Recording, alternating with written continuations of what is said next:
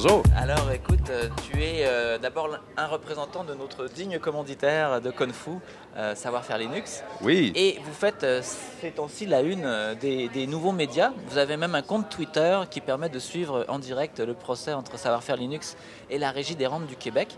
J'ai eu moi-même l'occasion d'interviewer Cyril Béraud, le président de Savoir Faire Linux, en 2008, juste après que la plainte ait été déposée. Et donc, il s'est passé beaucoup de choses depuis. Peux-tu nous résumer d'abord le fond de l'histoire? Bien, le fond de l'histoire, c'est que la Régie des rentes a publié la fin 2007 un avis d'intention pour acheter sans appel d'offres pour 700 000 $ de licence pour migrer de Windows 2000 à Windows Vista, de Office XP à Office 2007 et acheter un certain nombre de licences de Visio. Ça, c'est fait évidemment sans appel d'offres. On n'était évidemment pas d'accord, étant donné qu'on est une entreprise qui est spécialisée pour offrir des solutions libres, entre autres pour ce genre de problématiques-là. Donc, on a exprimé notre désaccord à la Régie selon les modalités des avis d'intention qui prévoient justement une façon pour les fournisseurs de se manifester. Et on leur a demandé essentiellement de nous fournir les besoins d'affaires de la Régie et d'aller en appel d'offres. Ils ont bien sûr fait ni un ni l'autre. Donc, l'affaire s'est retrouvée devant les tribunaux. Il y a eu énormément de requêtes préliminaires en rejet et différentes péripéties légales. Mais finalement, ce lundi, le procès s'est ouvert à Québec sur le fond. Et alors toi-même, tu as témoigné dans ce procès. Quel était ton rôle dans le témoignage ou dans la poursuite? Enfin, pas dans la poursuite, mais dans le déroulement des audiences? Des audiences. Bien, moi, mon témoignage portait principalement sur la rencontre qui a eu lieu avec la Régie du logement, la Régie des rentes, pardon, le 17 janvier 2008, où j'agissais principalement en tant qu'analyste. Donc, mon rôle était d'aller extraire le plus possible les besoins de la Régie pour leur leur donner des pistes de solutions, afin, avec un peu de chance qu'ils aillent en appel d'offres. Donc, c'était mon rôle. Donc, je suis venu témoigner de ça devant la Cour. Et donc, vous, juste pour faire un petit aparté, évidemment, vous aviez une alternative à l'installation, à la mise à jour des postes Windows avec les logiciels dont tu parlais tantôt, qui étaient basés sur les logiciels libres, sur Linux, etc. Ça, c'est important de le dire. Oui.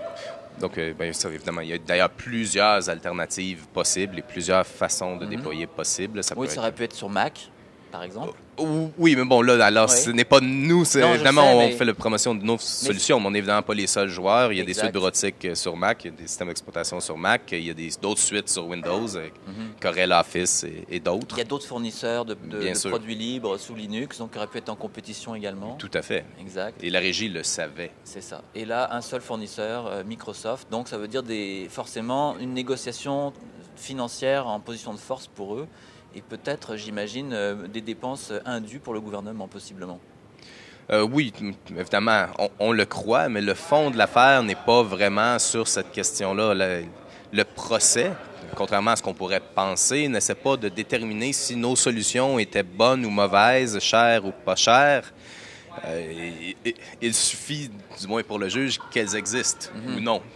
Et bon, comme même les témoins de la Régie sont venus dire qu'il y avait des solutions libres et qu'ils le savaient, il serait fort étonnant que le juge conclue l'inverse. C'est ça. Alors, ton analyse un petit peu de ce qui s'est passé maintenant? Eh bien, ce qui se passe, la question centrale, c'est qu'eux ont utilisé un article de loi qui dit essentiellement que le gouvernement a le droit, après une étude sérieuse et documentée qui conclut qu'il n'y a qu'un seul fournisseur possible, et non pas un seul fournisseur clairement moins cher ou mieux adapté, qu'il y a un seul fournisseur possible, d'acheter finalement de gré à gré de ce fournisseur-là. Le problème pour eux est que cette étude n'existe pas, qu'elle soit sérieuse et ou documentée, et que, bien sûr, il n'y a pas qu'un seul fournisseur possible, et c'est très largement connu dans l'industrie. Il y a d'autres fournisseurs dans le libre et hors du libre. Et donc, eux prétendent qu'il n'y en avait qu'un seul. Est-ce que c'est ça qu'ils ont prétendu ou ils ont accepté pendant le procès le fait que oui, ils étaient en faute par rapport à l'obligation qu'ils avaient de faire un appel d'offres? Vous savez, dans un procès, la personne qui se défend n'accepte jamais rien. À la limite, c'est de bonne guerre. Cependant, disons qu'on ne peut pas dire que leur témoin a vraiment essayé de prouver l'inverse. OK, d'accord. Ce serait la façon la plus On va le s'en plus tenir à ça. exact que je pourrais le Et dire. alors donc, la suite, qu'est-ce qui va se passer maintenant? Où est-ce qu'on en est et qu'est-ce qui va se passer? Bien, le procès, ça se fait en deux parties. Pour ceux qui suivaient sur Twitter, enfin, en deux parties, chacun divisé en deux. Donc, au début, il y a la preuve, la poursuite. Dans ce cas-ci, Savoir Faire Linux présente ses témoins. Ces témoins-là sont contre-interrogés un par la défense. Ensuite, la défense présente ses témoins. Et ensuite, la poursuite, enfin, les avocats de la poursuite font leur plaidoirie, qui sont, dans notre cas, complétées. M. Gray a terminé sa plaidoirie, je crois, ce matin. Et bon, là, présentement, les plaidoiries de la défense sont en cours. OK. Alors donc, on ne peut pas les suivre, on était un Kung Fu. Eh bien non. Mais en tout cas, vous allez lire ça dans vos journaux. Vous l'aurez peut-être lu déjà en regardant cette vidéo. Alors, merci de ce témoignage. Ça fait plaisir. Je te demande pas de prêter serment sur la table, c'est pas la peine. Bon, ça va, je l'ai assez fait cette semaine. Bonne fin de conférence, merci. Merci, bonne journée.